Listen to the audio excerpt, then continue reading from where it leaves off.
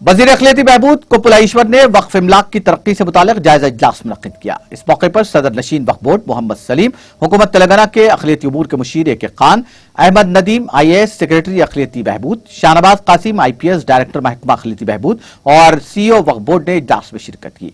इस इजलास में दरगाह हजरत जहांगीर पीरा रहमतुल्लाह अलैह के तहत तौसी कामों के बारे में तबादले ख्याल किया गया, क्योंकि तेलंगाना हुकूमत ने इस मकसद के तहत 50 करोड़ रुपए की मंजूरी दी है।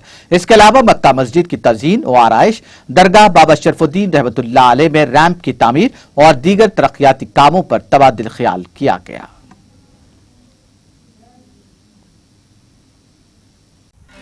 नाज़रीन, हमारे TTV न्यूज़ को सब्सक्राइब करिए, बेल आइकॉन को प्रेस करिए, शेयर करिए और लाइक करना ना भूलें। और किसी एडवर्टाइजमेंट से मुताल्लिक़ जानकारी के लिए हमारे इस नंबर पर कॉन्टैक्ट कीजिए। हमारा नंबर है 9550102020।